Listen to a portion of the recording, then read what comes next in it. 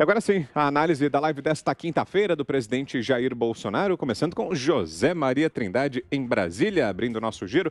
Que destaca da live de hoje, Zé? Pois é, olha, primeiro o participante da live, né, o líder do PSL na Câmara, ex-líder do governo, o deputado Vitor Hugo, que, como disse o presidente aí, passou em primeiro lugar em tudo que ele participou. Ele está no primeiro mandato, mas tem ali um entendimento e um respeito como se fosse um parlamentar antigo, exatamente pela coerência que ele desempenha lá no Congresso Nacional. Olha, Vitor, primeiro esse acordo do governo brasileiro com os Estados Unidos, com a NASA, né, para o envio da primeira mulher ao espaço. Isso representa credibilidade e transferência de tecnologia. Trata-se de um acordo muito importante e articulado pelo ministro Marcos Pontes, né, que vem articulando exatamente porque ele trabalhou na NASA, né, quando foi para o espaço, e tem lá amigos, conhece os contatos e possibilitou esse acordo.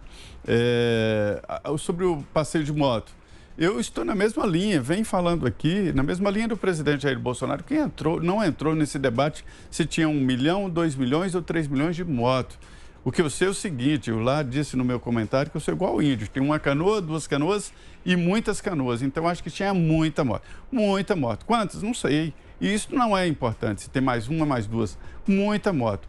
E foi uma grande sacada, porque ninguém tinha pensado nisso antes, né? Então, agora virou uma marca, um setor que tinha até um certo preconceito e que veio a público de repente, né? Então, agora é a marca e ele não vai dar conta de atender os pedidos e os convites que vão aparecer pelo país, pelas capitais e pelos países.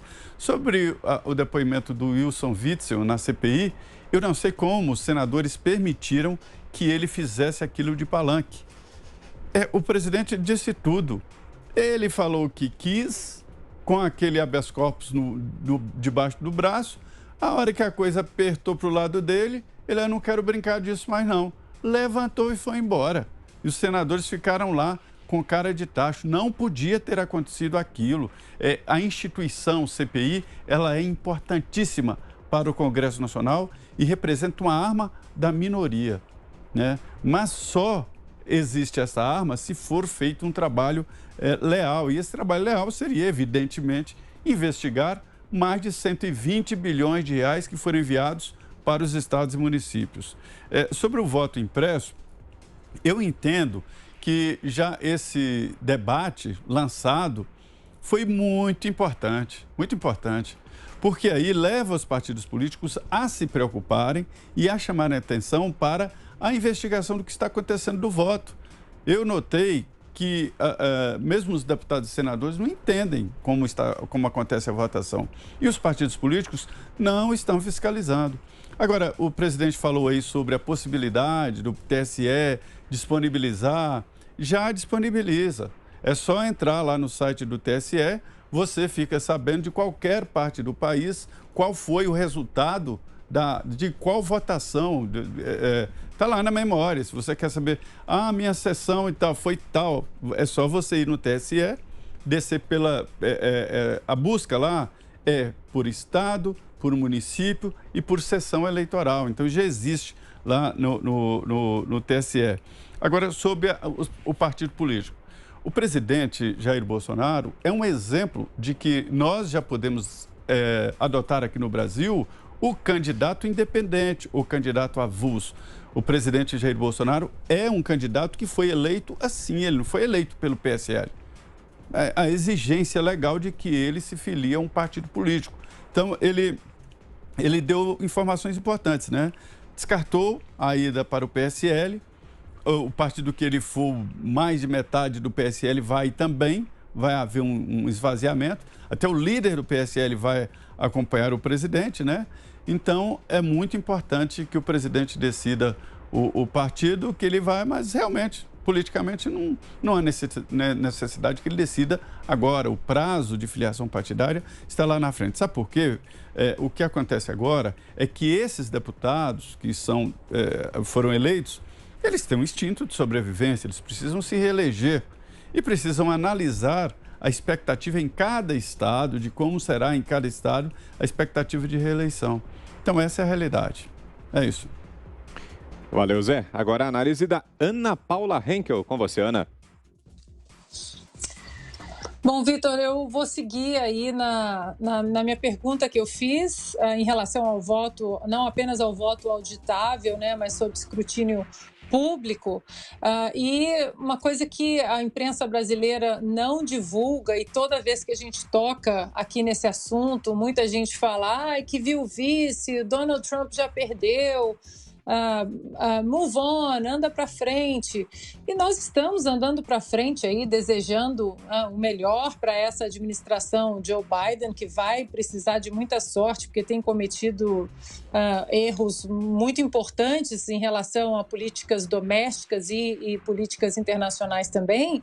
Mas os estados aqui nos Estados Unidos, eles estão movendo aí para frente em relação à eleição de 2020, né, a eleição de 3 de novembro, mas de uma maneira exatamente precisando e enaltecendo a palavra transparência, que é o que a gente quer e deseja nessa proposta aí do voto auditável e sob escrutínio público, né, com contagem aí pública, porque o que nós testemunhamos aqui, Vitor, foi uma eleição muito importante, uma eleição histórica, cheia de perguntas ainda sem respostas, e como essas respostas ainda não apareceram, as legislaturas estaduais, já que aqui existe o poder do federalismo americano, as legislaturas estaduais estão se protegendo sim, passando leis nos estados que tragam mais transparência para as eleições estaduais e para as eleições presidenciais.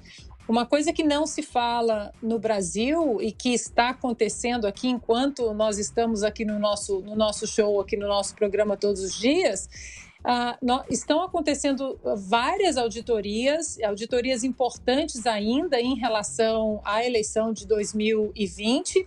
Obviamente, muito difícil o resultado da eleição mudar, mas há batalhas judiciais no estado do Arizona, por exemplo, onde os democratas entram com várias liminares para que a auditoria pare, para que os republicanos e auditores independentes parem essa auditoria. Ninguém até hoje, Vitor, explicou por que isso está acontecendo.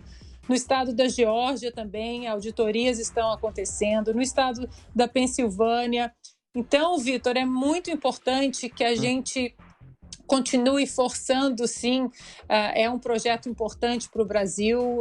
Ninguém quer voltar ao voto apenas do papel, como muita gente tem tentado colocar, que nós estamos regredindo, né? E não é isso, a gente está colocando mais uma camada, a gente quer mais uma camada de transparência dentro do voto eletrônico que nós já temos.